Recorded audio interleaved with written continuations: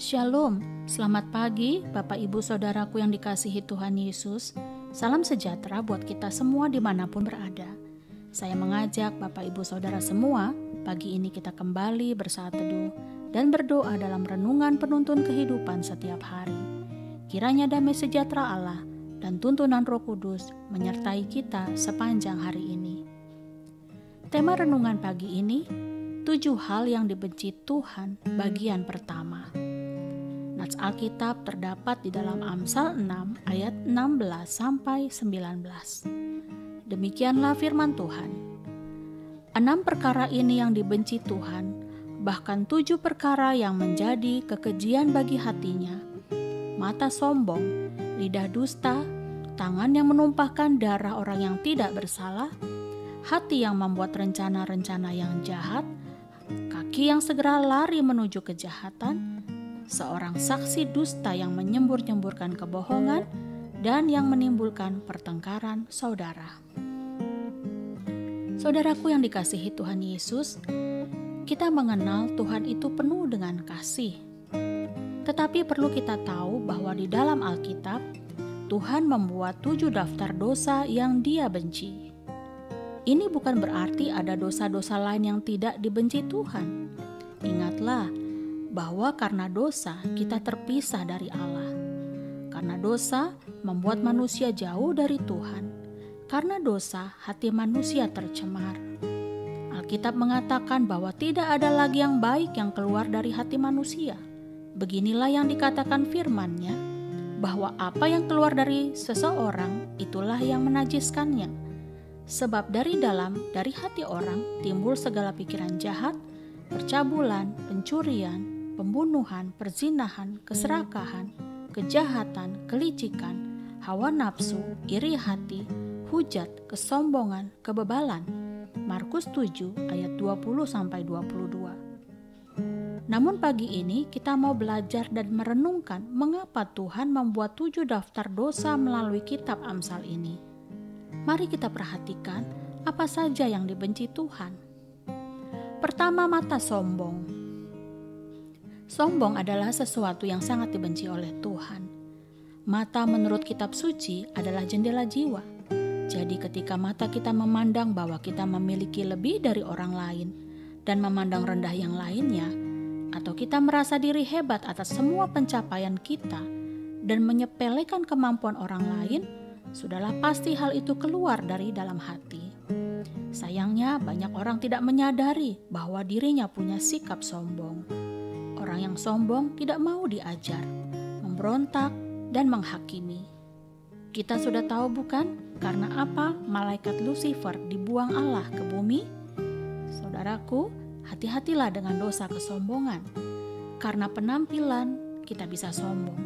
Karena kekayaan, karena prestasi, karena jabatan dan kemampuan, kita bisa sombong. Tetapi dosa kesombongan tidak akan pernah dapat pulih secara efektif sampai seseorang benar-benar bertobat dan mengakuinya. Kedua, dosa lidah. Dalam kitab Yakobus cukup detail dijelaskan bahwa salah satu indera manusia yang kecil ini memiliki kekuatan yang tidak boleh diremehkan. Ketika lidah kita dikuasai hati yang penuh dosa, dapat menimbulkan banyak kerusakan yang begitu serius. Adakah kita pernah mengalaminya bahwa kebohongan, tipu daya, pembual, fitnah, dan gosip menyebabkan banyak rasa sakit hati dan penderitaan, bahkan menghancurkan. Saudaraku, hati-hati dengan dosa lidah. Yesus berkata, setiap kata sia-sia yang diucapkan orang harus dipertanggungjawabkannya pada hari penghakiman. Matius 12 ayat 36. Jadi, kita diberitahu bahwa Tuhan sangat membenci dosa lidah, sehingga tidak ada pendusta yang akan diizinkan masuk surga. Ketiga, menumpahkan darah yang tak bersalah. Saudara, beberapa tokoh penting dalam Alkitab yang pernah jatuh ke dalam dosa penumpahan darah orang yang tak berdosa adalah Raja Daud. Dengan keahlian tangannya bermain kecapi sambil memuji Allah, dari tangannya pula ia menulis surat agar Uria suami Batsheba ditempatkan di depan barisan agar terbunuh. Demikian pula Kain putra Adam dan Hawa. karena iri hati terhadap Habel, sebab persembahan adiknya diindahkan oleh Allah dan ia tidak. Maka Kain tega membunuh Habel. Hal ini persis seperti yang dikatakan Amsal 6 ayat 17 tentang tangan yang menumpahkan darah orang yang tidak bersalah. Ketahuilah bahwa kematian bukan hak prerogatif kita, saudara, melainkan hak Tuhan. Seorang hamba Tuhan pernah berkata, bahkan perbuatan seperti bunuh diri, bahkan aborsi, karena akibat perzinahan adalah dosa menghancurkan bait Allah.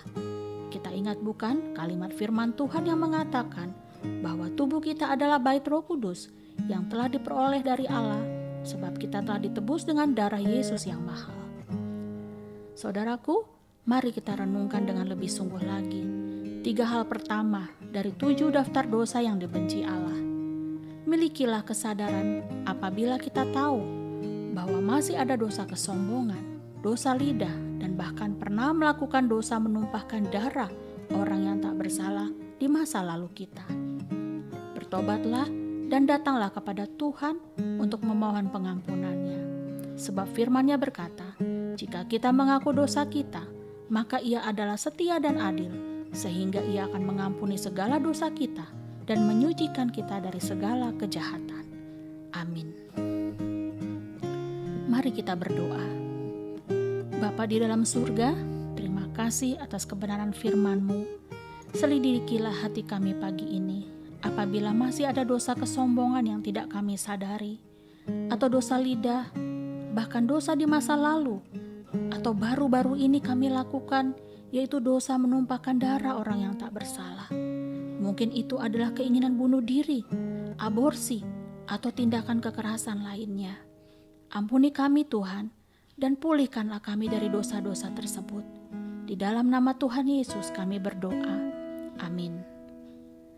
Kiranya berkat yang sempurna dari Allah Bapa, kasih karunia dari Tuhan Yesus Kristus, dan persekutuan yang indah dengan Roh Kudus menyertai kita dari sekarang ini dan sampai selama-lamanya.